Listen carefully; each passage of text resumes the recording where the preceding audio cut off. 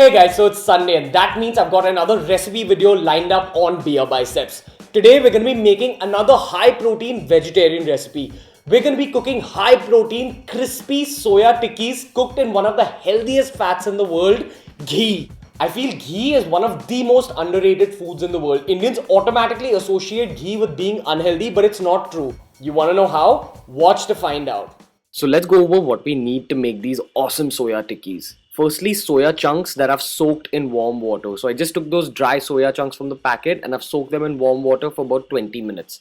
Eventually you get this soft texture like chicken. Next, coming to chane ki dal or split Bengal gram. This is the other protein that we're going to combine with the soya protein in this dish. Chana dal obviously adds protein, but it also works as a binder. It helps the tikki stay in shape. To prepare this, just soak dry chana dal in warm water for about an hour or so.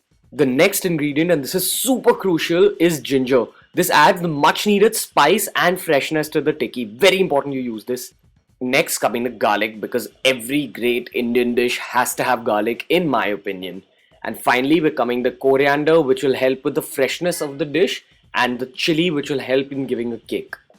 Chili is super important in this dish because I feel you need the spice to cut through the blandness from the soya and the chana.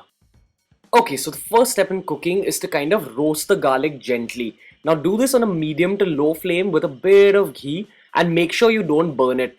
The whole point of doing this is so that the rawness of the garlic just cooks away a bit. You're left with this beautiful roasted garlic flavor. Now it's super important that you just use a bit of garlic and not too much. You don't want the garlic to overpower the entire flavor of the soya. So cook it till it's golden brown, but make sure you don't burn it, otherwise it'll taste horrible. Okay, so once the garlic's cooked, you take virtually all the ingredients except for the coriander and grind them into a fine paste. So you're going to take the soya chunks, the chana dal, the chili, the ginger and the roasted garlic and grind it to a fine paste like this. At this point, we'll add the chopped up coriander. The whole point of not grinding the coriander with the other ingredients is that you want a bit of bite and a bit of texture from that chopped up coriander. Okay, now this step is optional. So if you added too much water to grind it and if it's too wet to make patties, you can just roast it a bit in a wok like this. So just add a bit of ghee and just stir fry it just for a while. This step also helps in combining the flavors really well and amplifies the flavors. So I'd recommend you do this, but if you don't have time, feel free to skip it.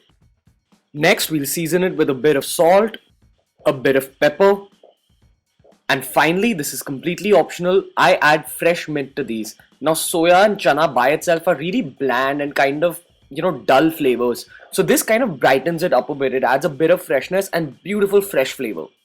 So soya tikkis might be a little difficult to shape because they stick to your hands. So we'll just rub some regular purpose flour or whole wheat flour on our hands before making the tikkis. Now you can make these in whatever shape or size you want. If you want to make burgers, make them slightly rounder and bigger. But I want to make little kebabs like these. Just make sure that they're relatively thin because the insides aren't going to cook really well. You just want the outsides to be crispy. So we're going to start the cooking process by just heating up some ghee on a non-stick pan.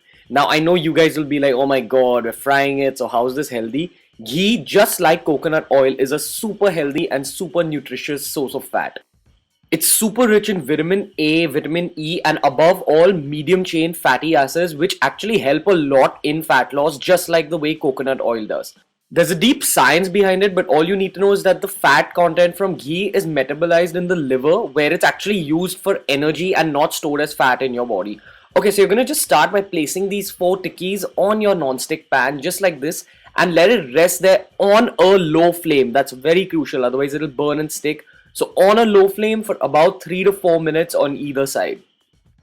Okay, so while it's been absorbing all those flavors of ghee for about 4 minutes, you start flipping the patties. Now this is actually the trickiest step in this recipe because while flipping it, it might break. So you only flip it when you're sure that it won't break from down. When the lower part of the tikki becomes really solid, that's when you're ready to flip it. Once you flip it, you let it rest again for about 3 to 4 or 5 minutes if you want it extra crispy, and then it's ready to serve. You can garnish these tikkis with some fresh mint or coriander and serve it with some sauce if you want. These make for an awesome post-workout. They're full of good protein and complex carbohydrates, ideal for fueling your body after an intense exercise session. Hey guys, so that was the video for today. Hope you guys liked it. If you all did, make sure you give it a thumbs up, leave a comment, and remember to subscribe to Beer Biceps.